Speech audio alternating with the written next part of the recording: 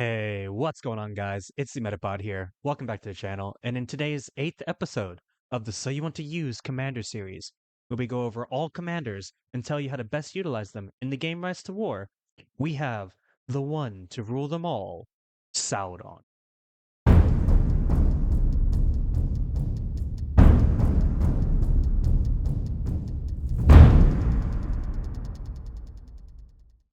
All right, guys. So, like I said, today is episode 8 of our So You Want to Use Commander series. With episode 8, we are now finally over 1/10 of the way finished with the entire series. We still have a long way to go, but we're slowly getting through all the commanders. And again, thank you guys so much for watching. And remember, if you haven't yet, please consider subscribing. I hope you guys are enjoying my content, and it really does help me out a lot as I push my way to 200 subscribers and hopefully even more in the future.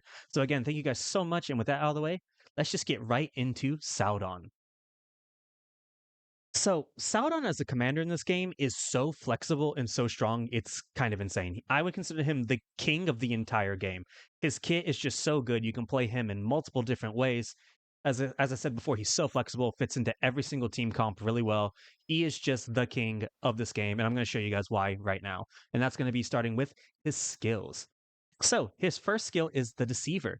So, the damage received by 3 enemy formations is plus 10%, and it's modified by focus up to 3% per 100 focus. And then, for one round, has a 35% chance to inflict madness on the target. And at level 10, the damage received by targets afflicted by madness is plus 5%, which is really good. All right, next we're going to Lord of Gifts, which at level 10 deals 206% focus damage to 2 formations and has a 30% chance to inflict madness on the target for 1 round. Going along with that, at level 5, focus plus 5, and at level 10, healing effects received by the target minus 50%. Next, we have Gorthour, which at level 10 does 390% focus damage to 1 enemy formation. He also has a 50% chance to inflict stun for 2 rounds, which is 2 rounds is huge. And it gains Kenai at level 5 and damage received from focus damage plus 15% for 2 rounds. So if you have, let's say, Skullhelm and Saruman or maybe even Galadriel in the formation with him, they can be doing a whole lot more damage if you max out this skill. Next, we have the enemy, which the current at level 10, the attack, defense, and focus of 3 enemy commanders minus 15%, modified by focus, which is another 3% per 100 focus at level 10. You are immune to stun at level 5, and at level 10, stat reduction affects all 4 enemy commanders. This is a very good skill. So as you can see with my current skill setup that I currently have with him, Deceiver's 10 out of 10, Enemies 10 out of 10, and then right now I've put it into Gorthour basically just to get the Kenai ability. But if I had a more wailed out Sauron, I would definitely put this into Lord of Gifts and get that extra healing negation. With Aragorn, King of Men, and Galadriel kind of running rampant as the supports, as some of the main supports and good RP right now, I think having this maxed out is also very good. So if you have the option, instead of putting extra points into Gorthour, I would put it into Lord of Gifts if you can get this to level 10 to get that extra heal cut. But the cool thing about Sauron is you can play him in so many different ways. He's so flexible, as you can see by his kit here. So that is why he is obviously the best commander in the entire game, in my opinion. All right, so that's probably going to do it for skills, guys. So now let's kind of look at what kind of gear you can run with him.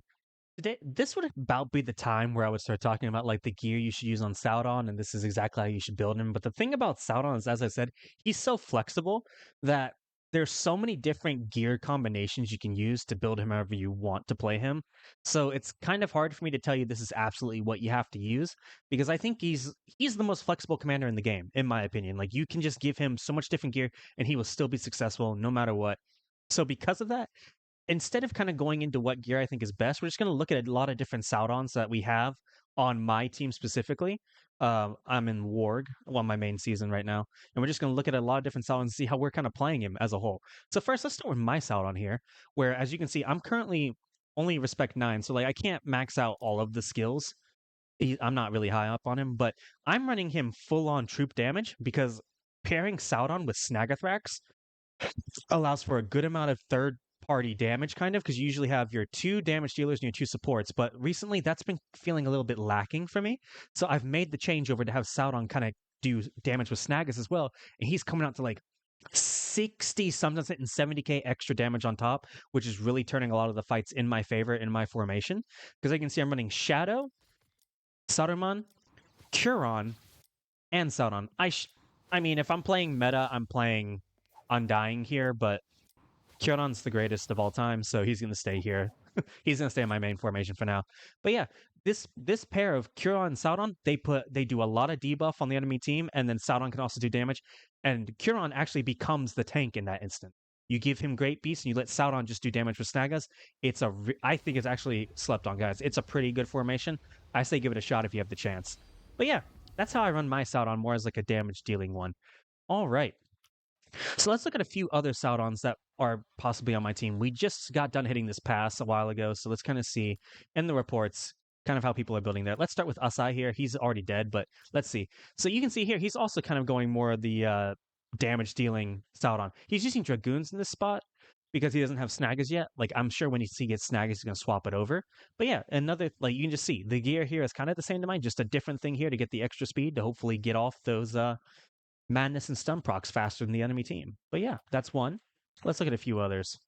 Who has a really good? Kanzler has a good one.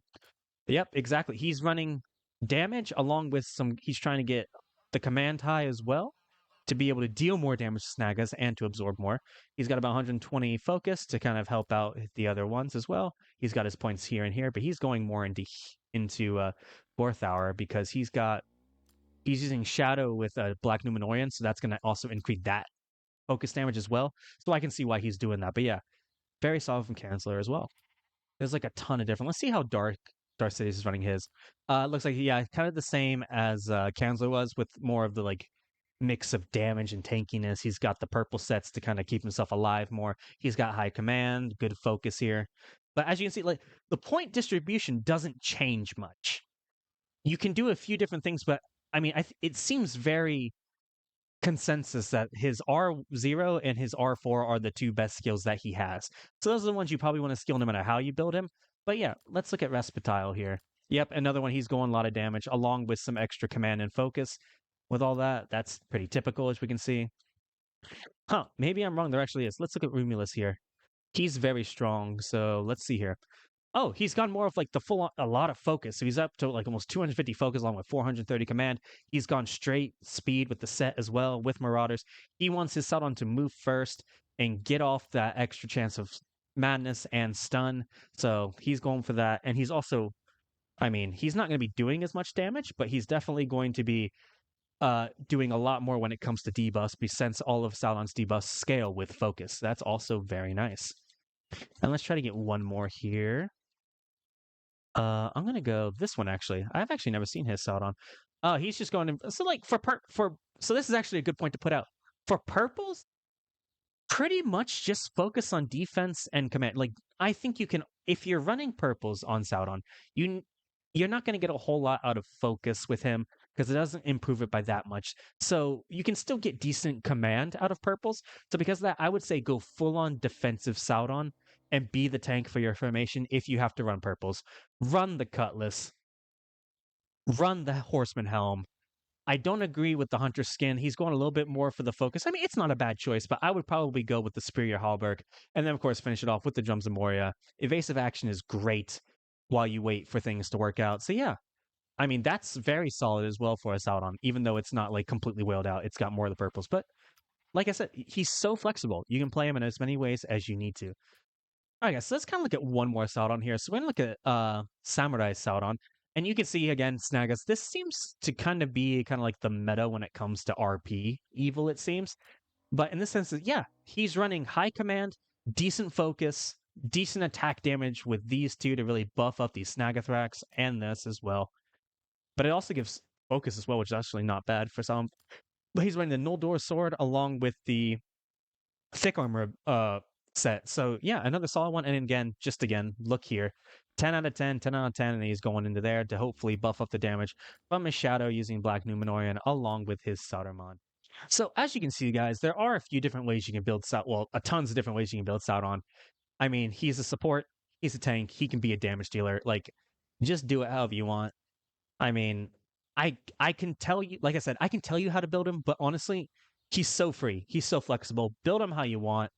You're gonna still do fine regardless. I would say the only important thing with him is just make sure you're skilling the right stuff. If you're facing a formation that has a lot of healing in it, well, facing an army that has a lot of healing in it, maybe you take some points out of the R4 and put it into the heal cut instead, because you probably want to cut that healing a lot more than you want to drop the stats, because healing is just getting out of control in good RP right now. I actually want to ask a question to you guys today. Tell me, what kind of Sauron are you guys running? What's the gear you're using? Because I've shown you quite a few different ones. You can see that my uh warband really prefers to kind of run the mixed damage with Sauron, along with high command, damage and high command. But how about you guys? Are you running him more as a tank? Are you running him more as a support? Are you running him as a damage dealer with focus? Like, there's just so many ways you can do it. Tell me how it's worked out for you. Are you gonna try maybe some different ways to build him? Let me know in the comments down below. And with that, guys, let's start moving in to Sauron's Relic next, because we have not talked about that yet. It's Relic time. So his relic is Smith's Gift. So, as you know, with the whole lore thing, he helped Celebrimbor make the 9 rings, so it makes sense that it's a hammer that was from a blacksmith. All right, so what does it do? So it gives command, focus, defense, and unit attack, which are all pretty decent for everything that he kind of wants to be, which is a lot, so it works out perfectly.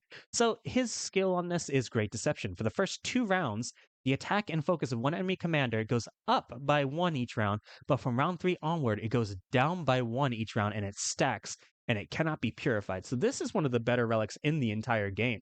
And if you get this maxed out, how much is that?